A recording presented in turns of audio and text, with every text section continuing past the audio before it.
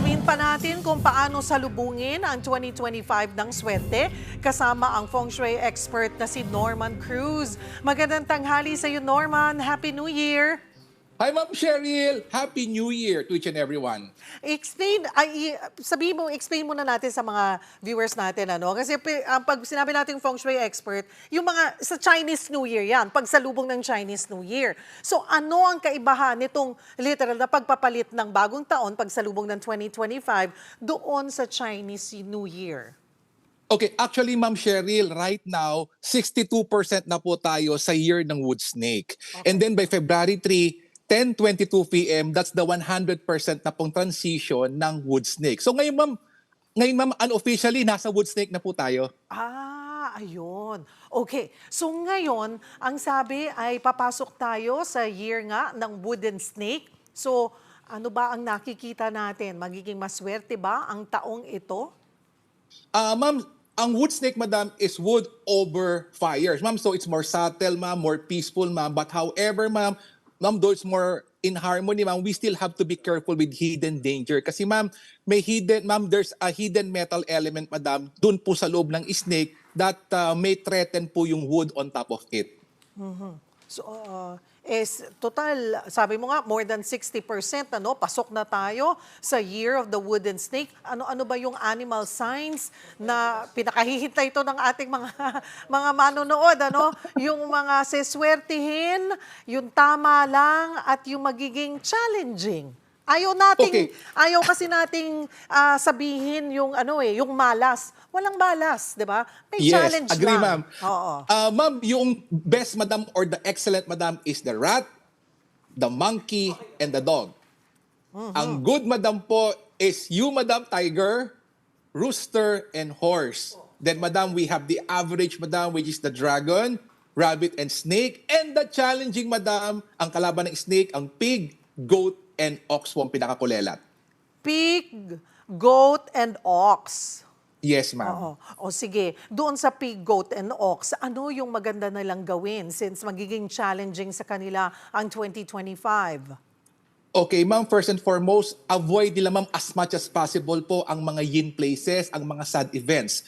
So they are, Ma'am, required to attend the joyous event, Madam, kasalan, binyagan, Madam. At yung mga not so, mga medyo heavy, Ma'am, or drama, Ma'am, medyo iwasan po yan. Number 2, Ma'am, they have to travel. Travel, Madam, will reboot them, Ma'am, would make them more creative, Ma'am, and of course, makakahinga po ng mas maluwag, Ma'am. And they have, Ma'am, to be courageous. Kailangan po ng extra tapang po for 2025.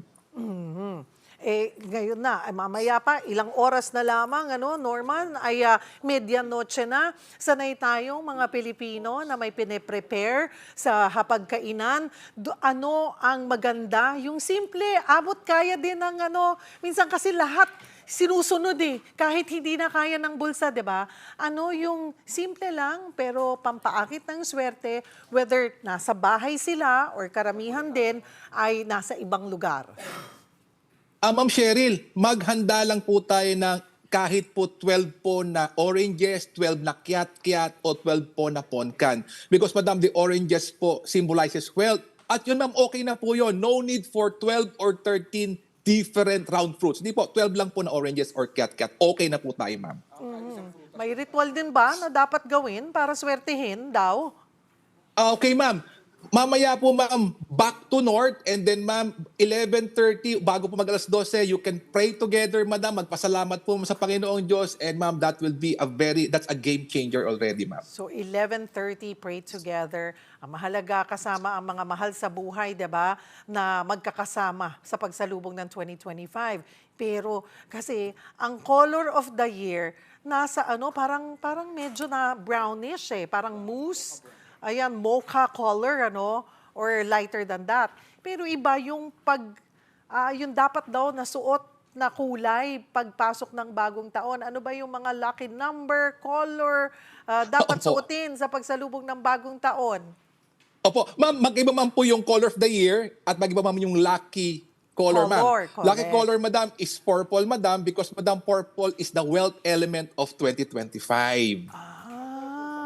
Purple? Naku, baka biglaan kaming magpuntahan lahat sa mall para magsuot ng purple. Or pwede bang kahit na anong purple lang na may touch of purple, pwede na? Yes, ma'am. Ma'am, don't stress yourself. Ma'am, BFF, don't stress yourself. If you don't have the color, ma'am, what's important is that color that you will be choosing, ma'am, later would harmonize, ma'am, everyone. Na hindi pa pagsisimula ng away. Siguro panghuli, Norman, doon sa mga kapatid natin, again, paalala at mensahe sa pagpasok, sa pagsalubong sa 2025.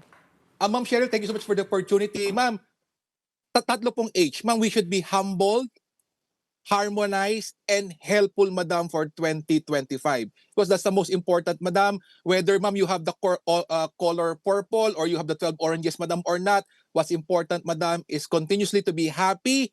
You are, ma'am, the cause of being helpful, ma'am. You are a blessing to other people. That's the most important. Always, ma'am, don't forget, always pray to God.